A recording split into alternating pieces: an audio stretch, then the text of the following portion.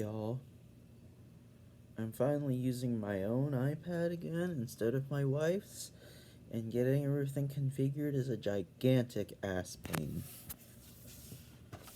Anyways, it's time for me to do my daily reading, and let's find out if, hey, cool, there's a response to my...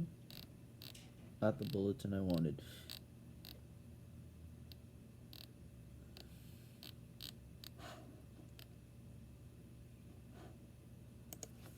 Well, I'll get back to that in a second. View my bulletin. Okay. So I posted a bulletin about an hour ago that was a quick poll for my creative writing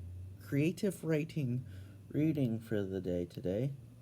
I had 4 options: to read the prelude from my latest side project called Slayer the Resurrection Return from Oblivion, read episode 1 of my original Slayer story, The Cold Invasion, in its cringe-inducing entirety, the prologue and chapter 1 from Slayer's Infernal Wanderings before I launch it on Wattpad. Damn, I need a breathe drop. Or something else entirely. When I posted it, I encouraged someone to respond within the next 30 minutes, but I guess the audience participation might come later. That's okay. But I was thinking I'd do the prelude and episode 1. Might as well just fucking do the thing for full context. Besides, I'm home alone right now, so I can go ridiculously over the top without my mother-in-law or my wife being bothered or mocking me, because, yeah, they like to tease me about that sort of shit. Okay. So, everything, well, at least Resurrection is a work in progress, because I got a fuck ton of other things I have to do. So, let's see. Slayer the Resurrection, Episode 1, Return from Oblivion, created by me, Byron Lynn. Scroll down, down, down. Prelude, a high-stakes parlay. Limbo was a place feared by all of creation. It has been called many things throughout the centuries. Every culture, after all, has its own vision of hell. Purgatory, too, but Limbo was, despite what you may think you know, something else entirely. In a sense, you could call it a cosmic interrogation room. Some of the universe's tensest negotiations took place there. Think of it as a neutral ground, a demilitarized zone, if you will.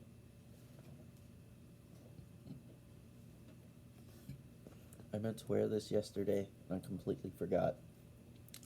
I know what they say about dudes in fedoras and how they're all nice guy incel pieces of shit. But hey, in 2009 or 2010, I met Robert fucking England and had Freddy Krueger sign my hat. And it says, to Byron, Robert England, although it's really faded because he signed it with gold glittery paint pen, and well, that's what it was. So for the rest of this video, I'm gonna wear this. So, anyways, back to it. It had been literal eons since either God or Satan had set foot in such a dismal liminal space. Eternally flickering fluorescent lights lit the place, almost as if the bulbs desperately needed changing and some almighty janitor was sleeping on the job. These days, the man upstairs and the Morning Star prefer to act through proxies. In this case, they had their 2 greatest generals, the Archangel Tiresias and the Overlord Ansariel, carry out their bidding in regards to the mortal plane. Now, the 2 commanders stood face to face. Tiresias was clad in golden robes that swirled and shone with brilliant heavenly light. Although his face could not be seen from beneath his hood, one could sense that he was only biding his time until he could speak to his nemesis. His iron gauntleted hands were concealed underneath the sleeves of his robe. And Sariel, meanwhile, was cloaked in misty smoke and frost. His cape was as mercilessly black as deep space. He was the dark to the angel's light, literally his cosmic opposite and arch-enemy. The two eldritch entities were among the oldest in existence. They had been destined to destroy one another ever since the end of the War of Sorrows between the firstborn. But that tale is neither here nor there. It is meant to be told on a different day. I sense you are displeased with the conditions of our palaver, Tircis. And Sariel's voice sounded colder than the howling winds on a far distant planet. He was the Lord Paramount amongst the legion of frost demons that existed to carry out his wicked will. To the contrary, Ansariel, we stand astride the void. Whilst we are here, there can be no interference from either of our sides. You know the deal. Oblivion's wager has come due. The prophecies foretold in the annals of time will be fulfilled after all these long ages. They must be. The Archangel's booming voice tolled like a magnificent bell made of star metal. At the end of his speech, Tircis revealed his hands. They were flexing involuntarily, as if longing to grasp the celestial sword he was forbidden from carrying within this endless chamber. Immortal steel will tip the balance. Your interminable, craven existence shall be terminated for good and all. The frozen overlord gave a scornful laugh, which echoed with the ominous cracking of a glacier splitting apart. You put too much faith in that pathetic prophecy. Very well, then, have it your way, you blinded fool. My champions shall put your precious pawns to the test. That is, if they are strong enough to withstand my incursion upon their world. You will see what your machinations have wrought when my invasion is complete. Do you remember the first Ice Age? It covered your entire beloved world in the never-ending grip of perpetual winter. When I have triumphed, even the worst devastation incurred by the humans' ridiculous nuclear weapons will pale in comparison to the woe of my new domain. It seems, then, that we are in agreement. Many generations ago, my knights thwarted your last great attempt at invasion and conquest. This time will be no different. And Sariel prepared to teleport away, now that their parley was at an end. But he couldn't resist getting in one last parting shot as he dematerialized. Continue deluding yourself, and you will know fouler tortures than the suffering of your precious mortals. You will never see my victory coming. Tircis reached out to seize his adversary by the neck, lifting him off the uncaring ground. The time for talk, he thundered, is over. And on that dramatic note, that's the end of the prelude. I haven't gotten any farther than that because, like I said, it's a work in progress. And now, let's keep going with someone and something else as I take you back to January of 2003 and my pathetic, putrid attempts at writing a Buffy the Vampire Slayer knockoff. I was 13 and I was a fucking idiot. So now, we go back to Slayers of the Cold Invasion. This was the OG. So, written and directed by me. The only change I'm making to the text is the name of the characters to conceal their identities, because back then it was great, but now, not such a great idea. The story of the Slayers takes place at Ridgeview Middle School. In the new version, it'll be called Ridgecrest Academy. You'll see why. This is an alternate reality, and I emphasize the shit out of that. The students are really the fierce soldiers of the Tiger Army instead of plain teens. Yeah, it sounded cool to me, but in the new version, it'll be the Knights of Tircis who just show up. At least the spirits of them to help, anyway. So, our cast of heroes. Brandon Coriander. Which is really me. He sports a long black and red trench coat and packs 2 pistols. He's also an experienced martial artist. As you can see, I tried to make myself more badass than I was in real life. Joseph Locke. Joseph wears a midnight blue cloak. His weapon is a katana. Yeah, real imaginative, right? Vic Montez. Well, okay, so one thing. Originally, I changed his name to Jake Gallagher, but my buddy Alex, who is based on it, had some input, and he picked Victor Vic Montez instead because it just sounds way better. He wields an immense battle axe, and as the strongest of the Slayers, he's also capable of heavy gunning. Which is something I never followed up on because, yeah, again, continuity errors abound. Edgar Logan. And actually, no, that's the wrong character. He's Alan Liang. Alan is the technological mastermind. Quite a few of his creations, including the heat sensor, have helped the Slayers in battle superbly. Yeah, that never fucking happened either. Cassandra Cass Salas. Cassandra provides the more sensitive side of the Slayers. Despite being a superb fighter, she needs help from the guys from time to time. Yeah, that's a bunch of bullshit. It's going to be a lot different in the new version once I get that going for reals. Anyways, villains. Frost Venom, leader of the Cold Hordes. As you might have noticed, this is the progenitor of Insariel. This frost demon seeks to annihilate the only bastion of resistance, the Slayers, and take over the world, rebuilding it to his fondness. No, Google, I don't want to take the next step on my Mac. Frostbite. Frostbite is Frost Venom's brother and dastardly mirror image and about 50 times more wicked. He's not. Avalanche. A perverse, demonic travesty of an angel, Avalanche is possessed with mass ruin and anarchy. Frostlance. The last frost demon, Frostlance is notorious for blasting his enemies with razor-sharp chunks of ice. I consolidated all of these goons into Alethioel Blackhand, and, well, you'll get to know him later on. Especially if I keep reading the rest of the original series for context, which I might actually do. Because as cringe-inducing as they are, I think you guys would enjoy it. Part 1. The Frost Hits. The narrator says, "It's a beautiful new day as the sun blazes overhead at Ridgeview Middle School. But all Brandon Coriander is concerned about is getting inside." Brandon, "Man, for being a 98-degree day, it's pretty damn cold." Narrator, "Concealed deep within his fortress of cold down in hell, Frostvenom prepares his invasion."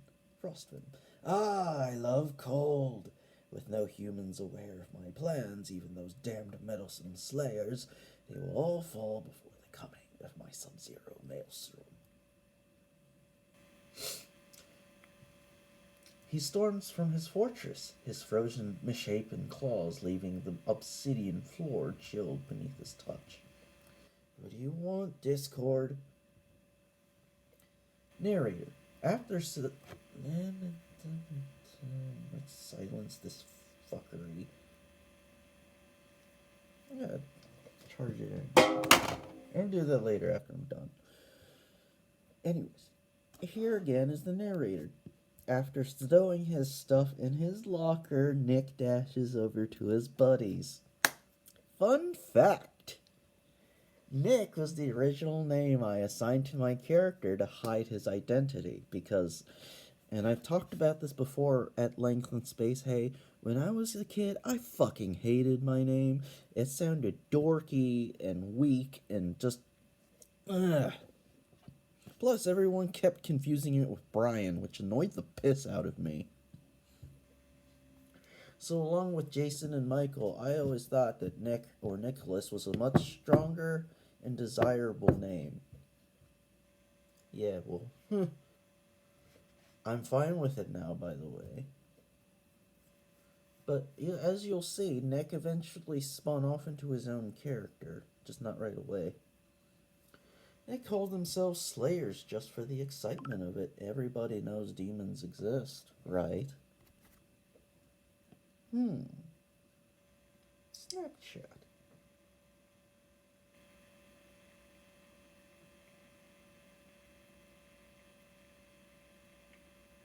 What the hell?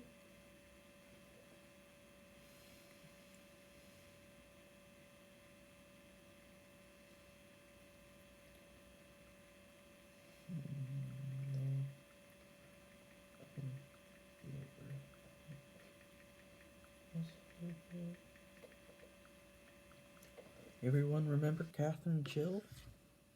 I'm Snapchatting with her because yeah, it's something I like, and it's something I've been doing to keep in touch with her. So it's funny though that we're talking about her when I'm talking about frost demons, but hey, coincidental timing. Anyways, everybody knows that demons exist, right? As crushed Cassandra walks by, clustered by her cloud of friends. As she passes him, she smiles bashfully and waves. Brandon's jaw drops like a boulder and damn near hits the floor. He waves back rather slowly, not believing his luck. Locke. By the way, Joseph Locke likes to be called Locke. I can't remember the reason why I did that. Because it just sounds cooler. So, the rule of cool and all that. Anyways, here we go back to Locke waving his hands in Brandon's face. Bran! Yo, Bran, you okay, buddy? Brandon, still staring at Cassandra, slightly dazed. Huh? What? Yeah, sure, I'm fine. Vic, yeah, sure you are, Brandon. Brandon, what? I really am, I'm not lying. Alan, oh, we saw what just happened. Brandon goes to his Spanish class after second period. His class is usually fourth, but oddly enough, it was a 2-hour delay that day. The class goes to the computer lab. Sitting with his group, he works with them on their project. Amazingly, Cassandra's group is right behind them. On top of that, she sits right behind him. Brandon, thinking and remembering his lucky streak. There really is a God after all. The rest of the day passes by rather boringly, except for Brandon's health class, but it doesn't go the way he wants. No matter. Locke, come on, Bran. It isn't healthy to be consumed by that. Brandon, I know, but I mean, I'm an idiot. Why can't I at least say hi to her? Vic. Motherfucker, went back of the page.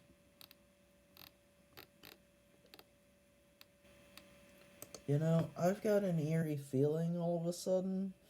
Nah, maybe I've just been watching way too much Buffy lately. Alan, sarcastically. Oh, sure, we can all see how bad that is. Look, Alan, you don't even like girls. Alan, hey, I can't help if Brandon is a total fool around the ladies. Brandon, well, at least the girl I fell in love with the first day she was at this school actually likes me back. And if you sneer at me, I swear I will beat the living daylights out of you. I don't want to, seeing as how I'm not much of a bloodthirsty person. Look, Brandon's got a point. He's a lover, not a fighter.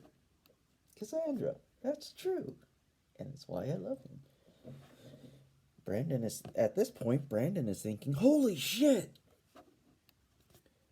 The crew turns around at the sound of that sweet voice. Those 4 words are melodious to Brandon's ears, even though he avoids all-out pop and goes more the way of rock pop. Or pop rock, whatever the hell it's called. Brandon starts to shiver, shudder, and tremble. He has no idea what's happening, but then he passes out. Suddenly, a sinister, wintry laugh ripples upon the wind. Frost Venom again. Thank you for that information, you stupid mortal. With the echo of a whip snap, Cassandra disappears. Locke, no! Vic, a demon. Alan, Brandon is gonna be so mad. Locke, well, no duh, Alan. Vic, great. Brandon had a damn heart attack and Cassandra just vanished. Suddenly, an intense radiance envelops the group. Vic, what the? Locke, hey, what's going on? Alan, what's up with this? Just as suddenly, soft white wings burst forth before them, and a glowing rune blade shines brightly. The Archangel Tirsus. Welcome, humans, to the Cathedral of Light. Locke, are we in heaven? Vic, did we just die? Alan, whoa. Tirsus. To answer to your questions, yes, you are, but you are not slain. Alas, the champion of light is currently incapacitated. I am Archangel Tirsus, general of the armies of heaven. Much like your armies, we have fought many times throughout ages long past. We have watched the conflicts rage through human history. We witnessed your Second World War, the American Revolution, and can even foresee your race's destiny. Gaze down upon Earth. A massive chill has nearly devastated your world. We understand your plight. You are the only ones capable of defeating the demon you saw, Frost Venom, as well as preventing the menace from conquering your world. He is the blight of entire galaxies. If he succeeds, all is lost. Everything will be doomed. Your friend Brandon is currently suffering from the Sub-Zero virus. Do not worry. Our healers will return him to strength. Locke. Whoa. I mean, we just called ourselves Slayers for fun.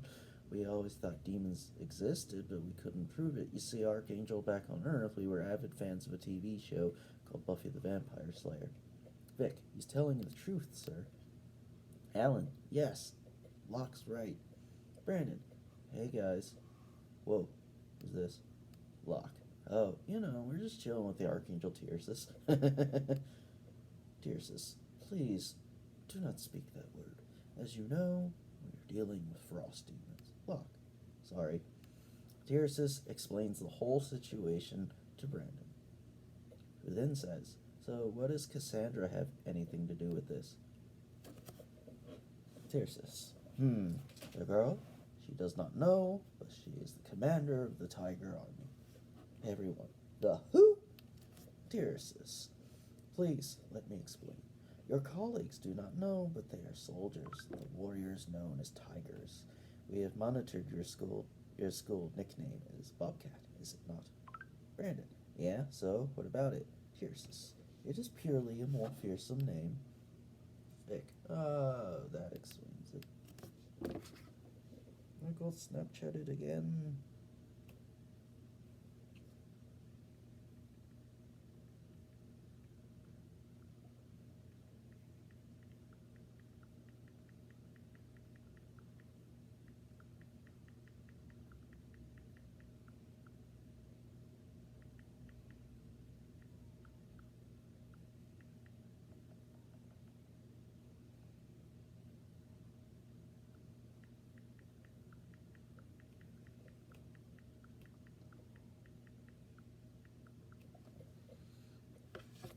Part 2.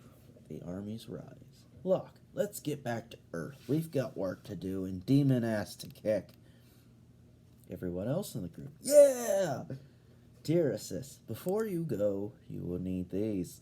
We have studied your technology and forged some of your firearms to our liking. Brandon, you will wield a unique rune blade known as the Demon Slayer. You also will have 2 pistols. Locke, you will have a sword as well. Victor, your weapon is a battle axe. Alan, you've been awarded a stave to aid you in casting spells. You also have a laptop. Yes, I understand human technology. 2 more things. All of you are now masters of martial arts. You are the warriors. You have the means to fight like them. Armor. You must not forget armor. To show your surfacing, special costumes have been prepared. This red and black trench coat is for you, Brandon. As I understand, red and black are your school colors. Locke, which he was called Trevor because at one time his character name was Trevor Wells.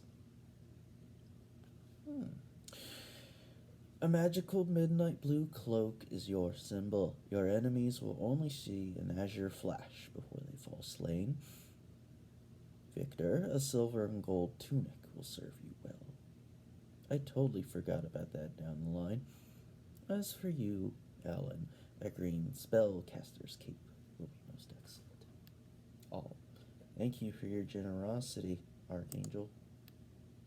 All of your generosity. Tircis, one more thing. My liege wishes you luck. Luck? You mean God? Tircis, yes. My own skills will be yours as well. It is the will of my liege. Then the group returns to Earth. Brandon, frost venom, vengeance will be mine. Tircis, the vow of a true warrior, Brandon. However, let it be a righteous vengeance and not one of bloodlust. Brandon, I'm sorry, Tircis. Vic, come on, we got to move. Alan, let's go already. Brandon, alright already, jeez. Suffer heart attack, get infected with a demonic virus, and had the love of my life stolen away by my mortal enemy. Cut me some slack.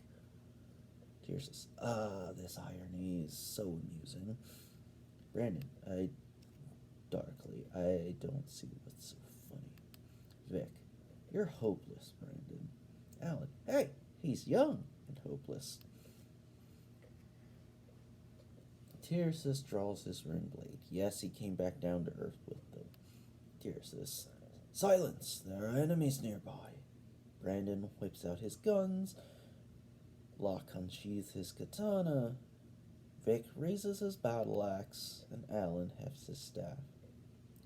Locke, come on, scum. Bring it. Vic says, I'm ready to rumble. Brandon goes, revenge! And Alan's finally like, let's see what they've got. Then the demons show themselves. Charzical, you shall not pass. For Darius, my fury is unleashed. Locke, this is gonna be good. Suddenly, skeletons erupt from the ground and zombies emerge too. Vic, whoa, I didn't think these creeps were necromancers. Brandon didn't say anything. He simply drew his blade and charged with a deafening war cry. His friends followed suit. Brandon, for honor! Brandon cuts a zombie down with a vicious slash of his sword. Meanwhile, Alan summons a fireball and lobs it at a skeleton. Of course, he has to quip something. That ought to heat things up. Vic smashes his battle axe into another skeleton, forgetting that you can cut the flesh, but you must crush the bone. Anyway, the fiend snaps like a twig. Tircis goes ahead and slays the remaining foes with a mighty blast of holy energy. This means that Charzical and Ferdarius flee. Hey, First to 11 is going live in 30 minutes. Cool. Both demons are screaming, ah, spare us! Tircis is now spitting with rage, cringing, cowardly filth. Brandon, now to pull a max pain. He pulls the triggers of his guns, and both demons are slain. Alan, we've reached the school. Vic grabs a mic. Excuse me, everyone keeps making noise. Tircis, let me handle this, please. He bellows into the microphone. Be quiet, all of you! Everyone looks at him. Everyone at once becomes perfectly still and calm. Sir, yes, sir! Alan responds, gracias. Then Brandon says, we know you're the soldiers of the Tiger Army. Join us now. We're the only hope for Earth. So now that they've manifested as soldiers, they all say, thank you, sir. May I have another? Which prompts Vic to say, what the? Tircis, I knew this would happen. There seems to be some slight confusion left by the sudden change from average children to hardened soldiers. Which makes Locke point out, no kidding. Part 3. War. At the same time, Frostvenom is gathering his troops. Brothers, comrades, soldiers, minions, lend me your ears. Frostbite, we're listening. What do you want, brother? Frostvenom, we're about to launch the final campaign for total control of Earth. Avalanche, yes, those foolish, pathetic humans must be crushed. Frostlands, genocide, massacre, and slaughter make me feel all warm inside. The cold army marches upon the school. Frostwind, I have captured your love, yet you still fight? You will surely fail, human. Brandon responds coldly, your time has finally come, demon. I will avenge myself and rescue her, but most of all, I'll slay you. If it's the last thing I do. Tircis points his sword at Frostvenom. Your crimes against humanity will be punished with the utmost force. Demon, you shall fall. Avalanche responds to him, this will be an icy grave for you, Seraph. Tircis, I know full well, fallen one, if I must fall, so be it. The armies rush forward and clash with a tremendous crash of steel. Brandon yells, stay out of my way. Frost venom is mine. I could care less about the others, but leave this bastard to me. The tigers stand back and unleash a hailstorm of ammo. I don't remember giving them guns, but just roll with it. Masses of demons fall dead as a result. Locke uses his blue flash attack, ripping through dozens of enemies. Hey, that's a skill that I forgot that he can have. Oh well. Something to keep in for the new version. Vic, eat steel! He slams his axe down on the ground, and demon bodies bite the dust. He goes in as his axe becomes a tempest of bloodshed. Meanwhile, Alan conjures a chain lightning spell and lets it loose. The lightning blazes forth and brightens up the dark day. Suddenly, it starts snowing as the battle heats up and rages on. Brandon is plugging away with his pistols, giving Locke cover as he hacks and slashes his way through the demons. Avalanche grins evilly. These are cold zombies. They're going to ice you. Suddenly, Tircis soars over the battling masses with his wings flapping furiously. He tackles Avalanche. Tircis, it's a cold day in hell for you, my corrupted friend. Then, with a sudden strike, he vanquishes Avalanche. Captain Winterspear, another demon, charges through the ranks of her lesser brethren. She points her spear at Alex and screams, you! Die! Did I say? Yeah. Alex. I meant Vic. Vic rumbles forward with his axe thundering above him. And then he yells, fire! Winterspear, however, blocks a heavy blow. Then she says, your body will suffer hypothermia. She wounds Vic with her spear before screeching, now to finish you! But before she can do that, Vic swings his axe with a mighty roar, biting it, which bites into the demoness, and the edge of the axe has vanquished her. Blizzard, true to his name, shoots a barrage of ice at Alan. You must suffer the agony of a chilling fate. Alan dodges and then counters back with a thunderbolt spell. Alan, I don't think so. Aquarius Commandus. He summons a water elemental which rises to do his bidding.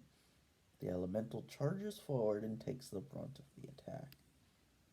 Then Alan readies a powerful thunderbolt. Thundus Aquarius Blaston. Alan's elemental is now charged with lightning. Fool! Frostlance says, why not fight me hand to hand? Alan says matter-of-factly, because water conducts electricity. Frostlance is obliterated by the powerful elemental. Any part, the rescue. Brandon makes it through the demons and hurries into the school building, at which point he yells, Cassandra! Cassandra says, back here! Locke follows Brandon inside, thinking all the while, Frostbite must be around here somewhere. Brandon and Locke come across Cassandra tied to a cross, which makes Locke say, dear God! Brandon, it looks like they're trying to sacrifice her. Frostbite comes into view. Yes, I agree. Quite a jest, is it not? To which Brandon snarls, Frostbite! Locke, here, Brandon, cut her free with my knife. I'll hold Frostbite off. Okay. Frostbite, do not dare trying to release my prize. Locke, sardonically. That's really ghastly, demon. I thought you were going places. But a hostage? Can't you be more creative? He rushes at Frostbite, but Frostbite catches him in a chokehold. Locke is now choking. What are you waiting for? Get her out of here already. Say hello, Wicked. Brandon cuts Cassandra down. Locke is still fighting and vanquishes Frostbite with his sword. Brandon turns to Cassandra and says, "Come on, let's get you out of here." Cassandra, what? What? No way, I'm off to help. She pulls her sword out and runs away. This leaves Brandon beaming. That's my girl. What do you want, Wicked? You want this? You want this?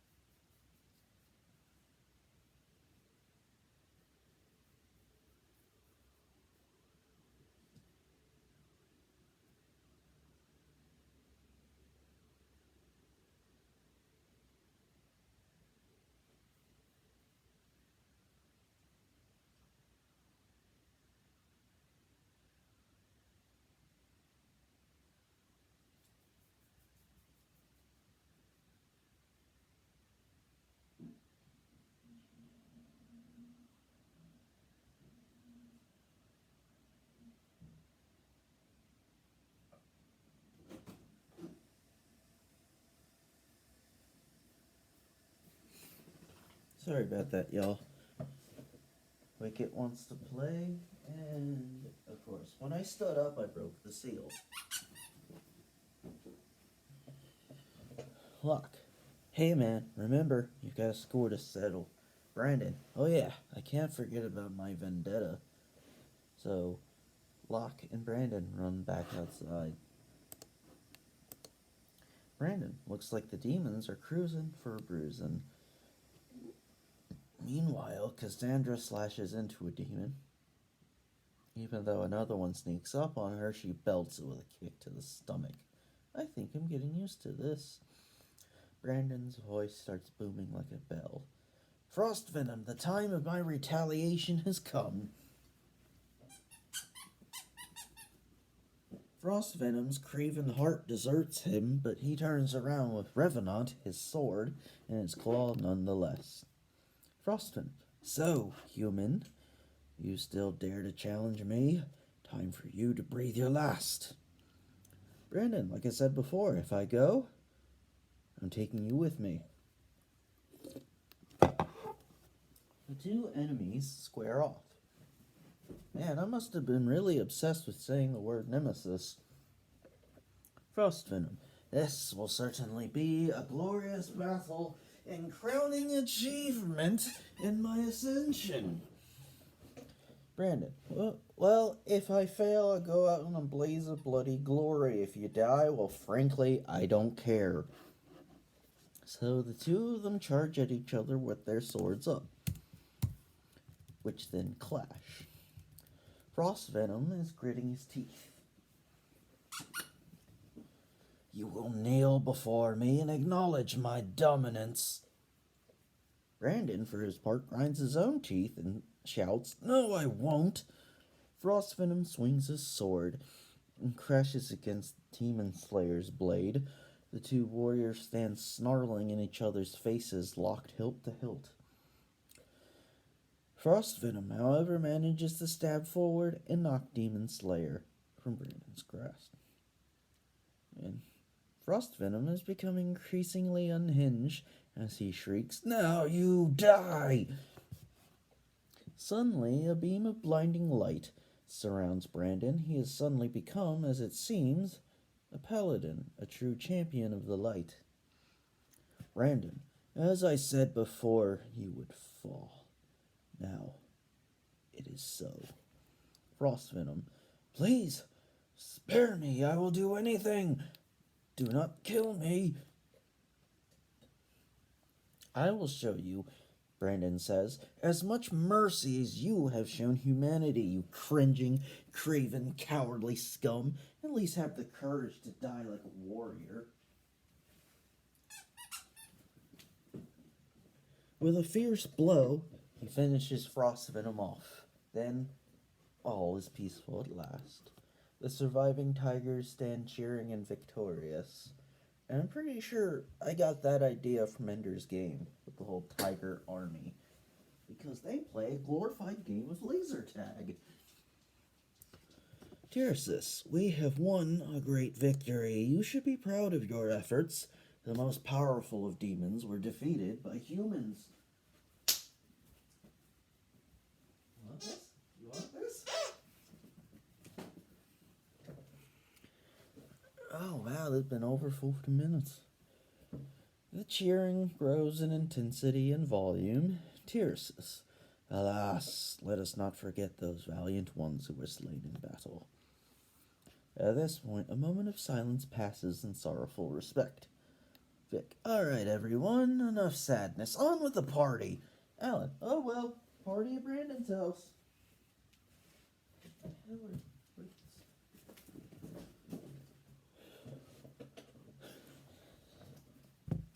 Locke, alright, it's Christmas time, which makes no goddamn sense because I wrote this in January.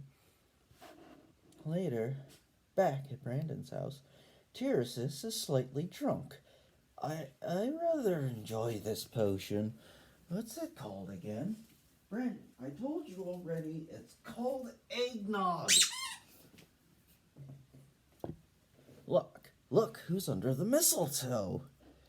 Brandon and Cassandra look up and see they're standing right under the mistletoe. So Cassandra says, make a wish.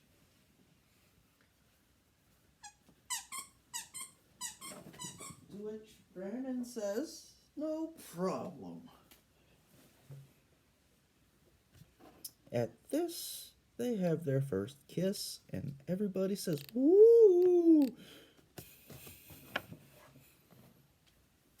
As the end of the cold invasion. So, we're coming up on 43 minutes. Now for some bloopers and outtakes. Hey! Wicket, not cool. Another dog walked by and aggroed him.